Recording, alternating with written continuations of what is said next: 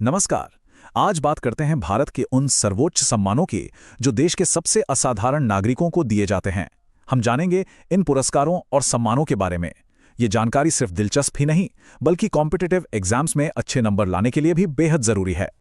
चाहे यूपीएससी का पेपर हो, एसएससी का या कोई और बड़ी परीक्षा, इस टॉपिक से सवाल तो बनते ही बनते हैं। तो बिल्कुल ध्यान लगाकर सुनिएगा, क्योंकि हम इस जरूरी विषय का एक तेज और गहरा विश्लेषण करने वाले हैं। तो आज का हमारा सफर शुरू होगा देश के सबसे बड़े नागरिक सम्मानों से। फिर हम चलेंगे साहित्य, खेल और विज्ञान की दुनिया में, और आखिर में हम अपनी सशस्त्र सेनाओं के अदम्य साहस को सलाम करेंगे। और हाँ, अंत में कुछ ऐसे खास तथ्य भी हैं जिन्हें भूलना बिल्कुल नहीं चाहेंगे। तो चलिए शुरुआत करते हैं एकदम शिखर से, भारत के नागरिक सम्मान। ये वो सम्मान हैं जो उन लोगों को दिए जाते हैं जिन्होंने अपने अपने क्षेत्र में एक्सीलेंस की एक नई परिभाषा लिखी है। तो देखिए, ये हैं हमारे नागरिक सम्मानों का हायरार्की। सबसे ऊपर शिखर पर हैं भारत रत्न, और उसके बाद आते हैं 3 पद्म पुरस्कार। इस क्रम को समझना बहुत जरूरी है, क्योंकि यही मान्यता के स्तर को दिखाता है। भारत रत्न, जैसा कि नाम से ही जाहिर है, भारत का गहना। ये देश का सर्वोच्च नागरिक सम्मान है। यह सिर्फ एक पुरस्कार नहीं, बल्कि किसी भी फील्ड में, चाहे वो कला हो, विज्ञान हो या जनसेवा, सर्वोच्च स्तर की उपलब्धि की एक पहचान है। अच्छा, ये 3 नाम तो एकदम दिमाग में बैठा लीजिए, परीक्षाओं के लिए बहुत जरूरी हैं। 1954 में जब भारत रत्न की स्थापना हुई, तो इसके पहले प्राप्तकर्ता थे 3 दिग्गज: राजनेता सी राजगोपालाचारी, दार्शनिक सर्वपल्ली राधाकृष्णन और महान वैज्ञानिक सीवी रमन। ये दिखाता है कि यह पुरस्कार शुरू से ही अलग अलग क्षेत्रों की उत्कृष्टता को सम्मान देता आया है। उसी साल यानी 1954 में भारत रत्न के साथ ही पद्म पुरस्कारों की भी शुरुआत हुई। ये पुरस्कार भी देश के सर्वोच्च नागरिक सम्मानों में गिने जाते हैं, जो अलग अलग स्तरों पर की गई विशिष्ट सेवा को मान्यता देते हैं। अब सवाल ये उठता है कि इन तीनों पद्म पुरस्कारों में फर्क क्या है? तो देखिए, फर्क है सेवा के स्तर का। पद्म विभूषण असाधारण और विशिष्ट सेवा के लिए है, पद्म भूषण उच्च क्रम की विशिष्ट सेवा के लिए, और पद्मश्री किसी भी क्षेत्र में विशिष्ट सेवा के लिए दिया जाता है। ये छोटा सा अंतर समझना बहुत जरूरी है। चलिए, अब नागरिक सम्मानों से आगे बढ़ते हैं और ज्ञान की दुनिया में प्रवेश करते हैं। बात करते हैं उन पुरस्कारों की जो हमारे देश के साहित्यिक और शैक्षिक परिदृश्य को आकार देने वाले महानुभावों का सम्मान करते हैं। साहित्यिक पुरस्कारों में ज्ञानपीठ पुरस्कार को सर्वोच्च माना जाता है, जो भारतीय साहित्य में जीवन भर के योगदान के लिए दिया जाता है। साहित्य अकादमी पुरस्कार भारत की भाषाई विविधता का जश्न मनाता है, जबकि व्यास सम्मान खास तौर पर हिंदी साहित्य की समृद्धि को पहचानता है। अच्छा, तो अब मैदान में उतरते हैं और जानते हैं खेल जगत के उन प्रमुख सम्मानों के बारे में जो खिलाड़ियों और उनके कोच की मेहनत और उत्कृष्टता को सलाम करते हैं। खेल की दुनिया में मेजर ध्यानचंद खेल रत्न पुरस्कार सबसे ऊंचा शिखर है, जो एक खिलाड़ी के शानदार प्रदर्शन को सम्मानित करता है।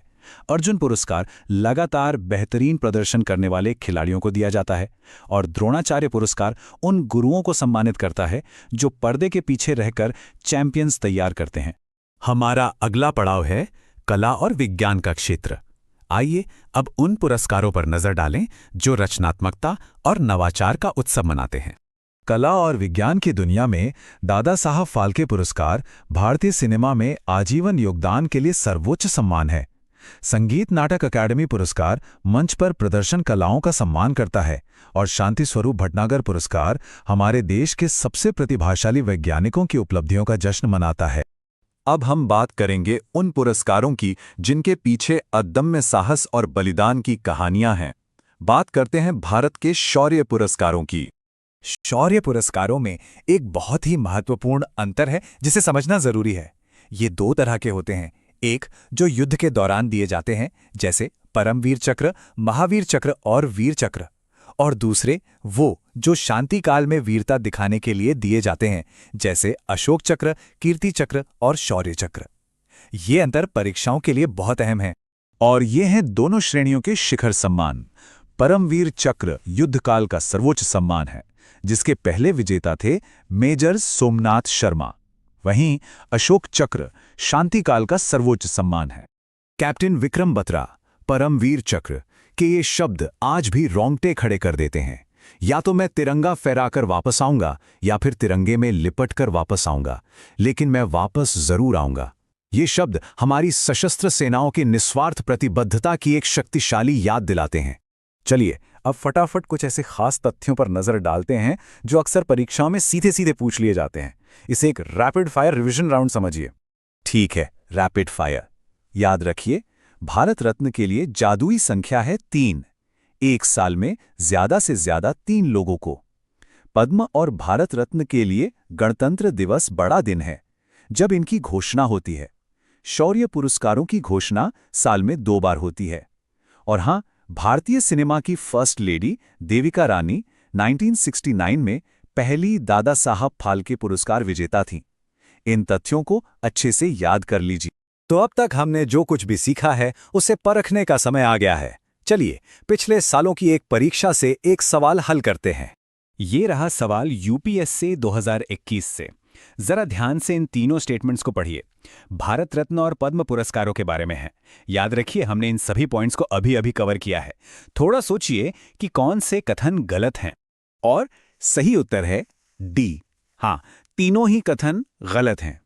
जैसा कि हमने बात की थी, ये पुरस्कार उपाधियां या टाइटल्स नहीं हैं और भारत रत्न की सीमा 3 है, 5 नहीं। ये थोड़ा मुश्किल सवाल था, लेकिन हमारी इस चर्चा के बाद आप इसके लिए पूरी तरह तैयार हैं। तो जाते जाते इस सवाल पर जरूर सोचिएगा, एक कलाकार से लेकर एक सैनिक तक, इन सभी पुरस्कार विजेताओं में वो कौन सी एक बात है जो कॉमन है? शायद वो है उत्कृष्टता की अथक खोज, अपने काम के प्रति अटूट समर्पण और देश की सेवा करने का गहरा जज्बा। ये हमें याद दिलाता है कि महानता कई रूपों में आती है। हमारे साथ बने रहने के लिए